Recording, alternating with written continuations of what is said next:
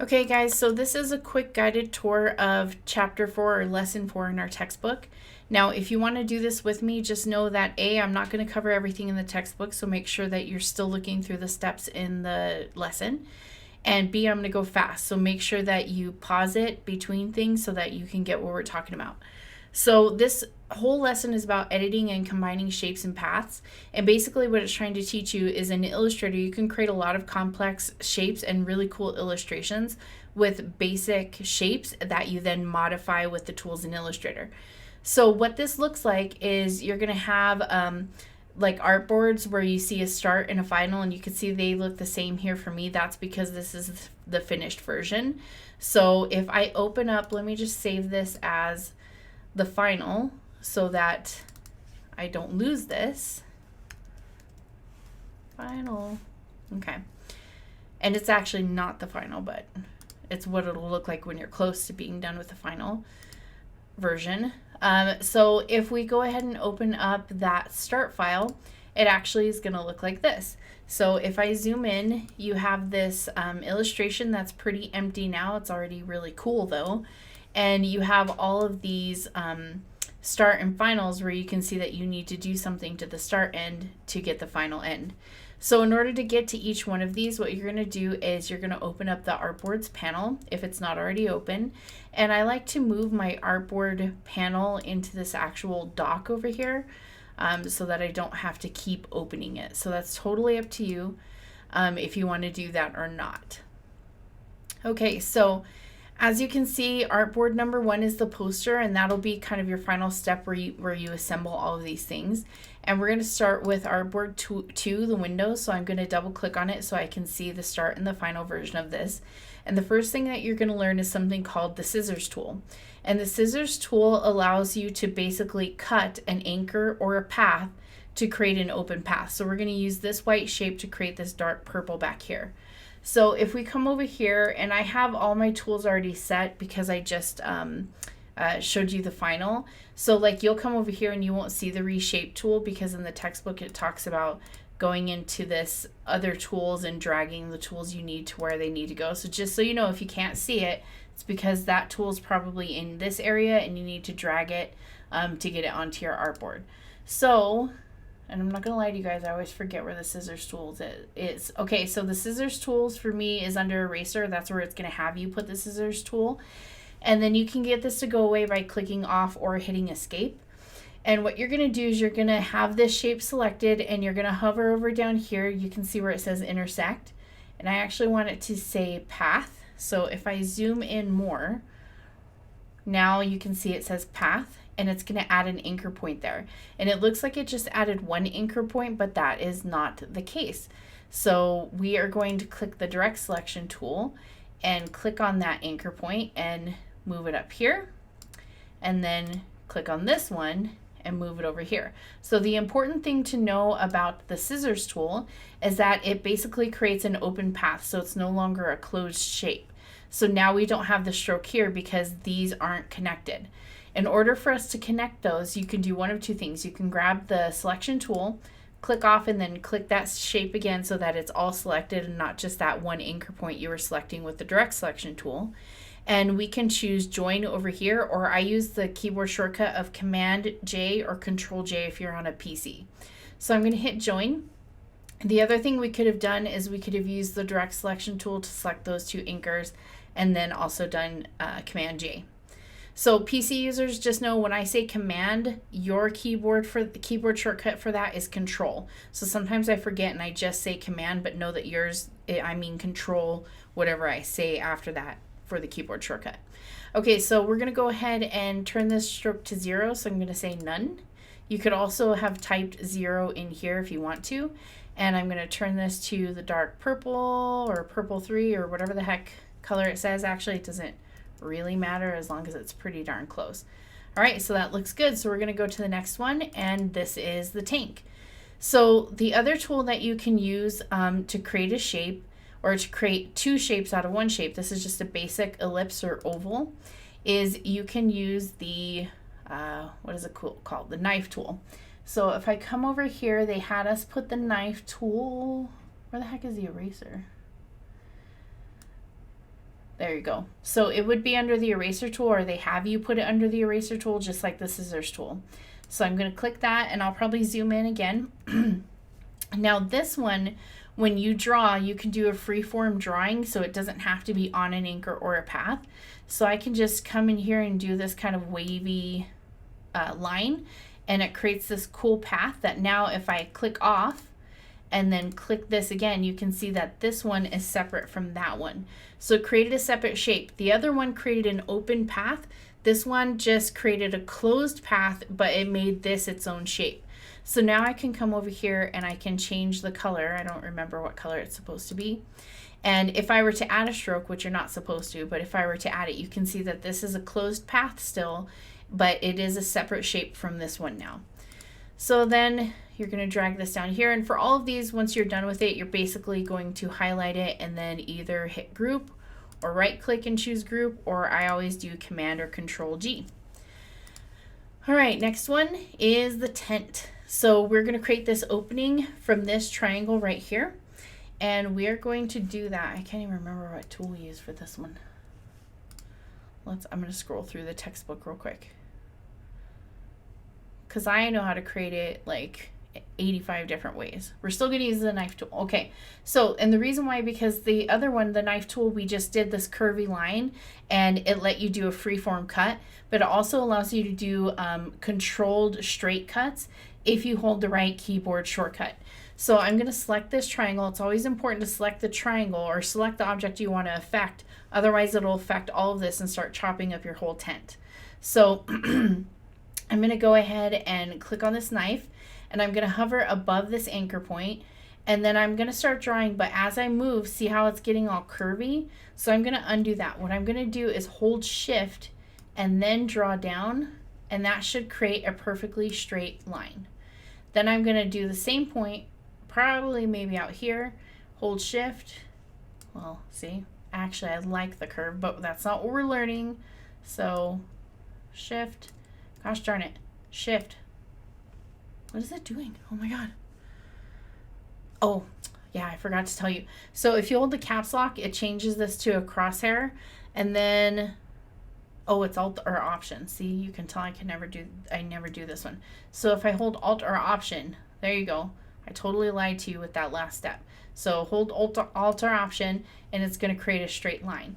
So again, you're creating different pieces. So now you can deselect and then choose this one so that you can then come in here and change the color. So it looks like an opening in the tent.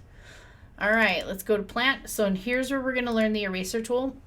Now this starts as a path, and you can always tell it's a path when it has like this path in the middle of it, and it has like the stroke on the outside. So you can see this is a 20-point path with a big fat purple stroke.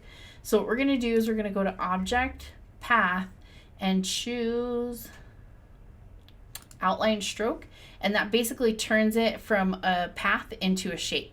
So now we can take this shape and we can move it to be our center leaf, and I hold Shift to make sure that it stays perfectly aligned. And let's go ahead and zoom in here again. And now what you're going to do is you're going to take the eraser tool, which should be with the scissors and knife. And the cool thing about the eraser tool, and actually any of these tools, is you can double click them to get more options for those tools. So I'm going to make this about 20, and it doesn't really matter what size you make it, but it's going to be easier with a fatter eraser to get the smooth lines. So if I hadn't selected just this rectangle, and if I had nothing selected, if I go to erase, it's going to erase all the objects. But because it's selected, now when I come up here and I just want to kind of create a curve and then pull it down, you see how it only affected that shape. So this one too, I'm going to get that point. Is it good looking? Nope. Then I'm going to go ahead and undo. Control or Command Z. Fix that and just keep undoing, because apparently I can't get this right until I get, oh my God, it's terrible. Okay, I'm not going to spend all this time on this. So, okay, so now you've got that center shape. Again, you would group it, and then there you go. So the other cool thing about the eraser tool, because now we're going to the car, is you can erase multiple things. if you select multiple things, and it's not going to affect anything else. So we want to create this cool angle right here, and you can constrain it by holding, shoot, see, I forgot this too. See, I still have to look stuff up too. I think it's Alt or Option. Let's see.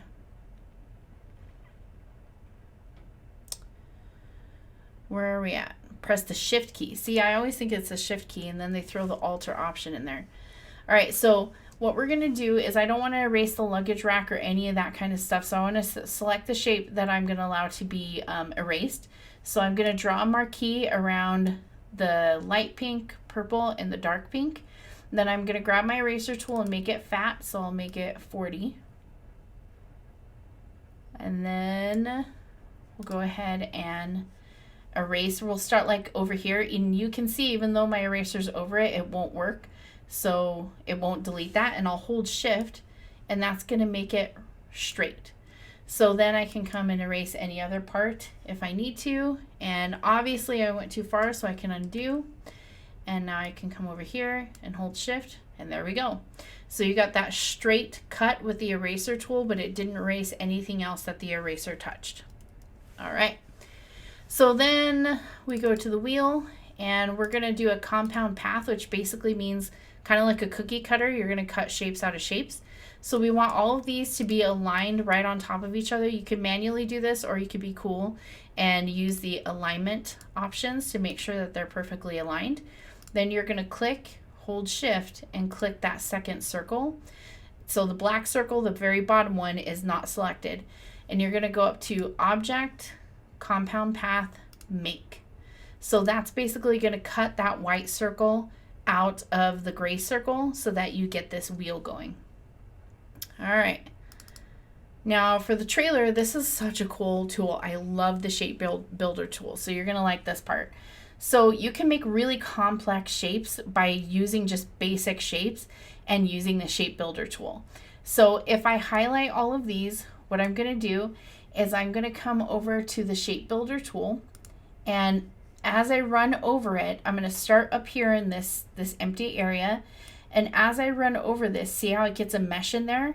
Basically what you're going to do is if you were to draw over two pieces, it's going to create those or mesh those or merge those together. So if I wanted all of these pieces to be meshed together, I could do all this, and it's going to mesh them all together. The other thing you can do though is if you hold Shift and you draw, it's going to draw a marquee, and it's going to merge all those shapes together. So that's cool. Now if you hold the Option, or PC users, it's the Alt key on your keyboard, and you click on shapes you don't want, that will allow you to delete it. So then we can select these three things. Don't select this little trailer part. And again, we can hold Alt or Option with the shape builder tool, and we're going to go through the wheel but not go past the wheel so that it cuts it out of that. So last thing we need to do is just change this color to whatever color it's supposed to be and take that stroke off. And there we go. All right, so then at this point, I think in the book it has you build the trailer. So it has you put the door and, oh, we haven't done the door. It has you put all the things on it. So I wanted to show you too the Pathfinder tool. So the Pathfinder works similar to Compound Path, but they're not directly similar, or they're not exactly similar. And it's because the Compound Path allows you to, or the Pathfinder allows you to unite things, and they're permanently united. So if I were to click to unite, you can see that this now becomes a door shape, but I can't move that circle anymore because it's become one shape. So I'm going to undo that, and what you're going to do is select them both, and you're going to hit the same button, but this time you're going to hold the Option or Alt key on your keyboard, and then click, and that becomes a compound shape. What happens then with that, if I go to move it, it still looks like the same thing, but there are two things you can do. Either A, click the direct selection tool, and then you can move that shape. That's not what I meant to do. Move that shape and see how it starts letting you still edit it, but it still looks like it's like one shape. So you can do that, which I highly recommend. The other thing you can do is double click in there with the direct selection tool. You'll go into isolation mode so that you can move it that way. So there we go. And now with those, I think it's going to have you, I can't remember what it has you do with that one, because there's a lot of things you can do. You can unite it again. You can turn it into a compound path. Let's see. Oh, object expand appearance. So what that does is when you expand the appearance, it basically kind of flattens it, so it just turns into a basic thing. So where this is a compound path, which means there's some complexity and you can do cool things with it. If we do expand appearance, it just is going to make it a flat shape. So now I can add the door color, and I can again get rid of the stroke, which we can do there. And now you'd make the trailer. So the flame is fun too, because that allows you to work with a couple of really cool tools. So I'll select this shape, and then what we're going to do is we're going to go to the reshape tool, which again is a tool that you have to add to the toolbar. And I'm going to click anywhere in that path, and I'm going to curve it, and then I'm going to curve it the other way to get that sort of curvy S shape. And then I can actually grab the anchor and move this a little bit that way. But it still doesn't look quite like a flame because it's just this even stroke. So I'm going to come over here to the width tool. And this width tool is cool because wherever you click, you can see it's about to add what you think is an anchor point, but it's actually just a width point. And I click and drag out, and wherever that width point is, it's going to drag it and make it wider. So if I come here, I can create a width point to have it come in. I can have it go out, but obviously that doesn't look like a flame, so we're just going to do this one. The other thing with the width point is you have these width handles that you can, again, make really thick, and you can drag this up and down so that you can make a really thick bottom, a really thick top, so you can move those as needed. So it's got this funky little thing there, so I don't want that to happen. So I'm going to go ahead and change that. And these become width points as well, so I can drag these in, or I can double click on this anchor, and it's going to bring up the option to change the width. So I'm going to just put 0 on each side, and it comes to a point right there. So then what you're going to do is you're going to copy and paste this, which I just do Option or Alt and drag, and it creates a second copy. And before you can resize it, because if you resize it, it's going to probably change your stroke width. Mine is set, my preferences are set to not do that. So, but what you're going to do is go up to Object Path and do, what was that one again? Outline stroke. There we go. We're going to make one smaller, a little bit skinnier, put it right here. Drag, Option drag or Alt drag another one, and I'm going to flip it. Actually, you can flip it using this one up here. That's what they have you do. I actually want to rotate mine, make it a little bit chunkier, a little bit longer. So it doesn't matter like what your flame looks like, as long as I can see that you use the width tool. And yeah, so there we go. Then it's going to have you assemble the fire, and then you can assemble the artwork. But now you know what all of those tools do, and all of this complicated illustration happened from basic shapes. So I hope that helps with this. I'm sorry it was a little bit fast and a little bit messy, but just wanted to get this out here to give you a guided walkthrough of what's going to happen in that chapter. But don't forget to look through all the steps, because there's a lot of stuff I skipped.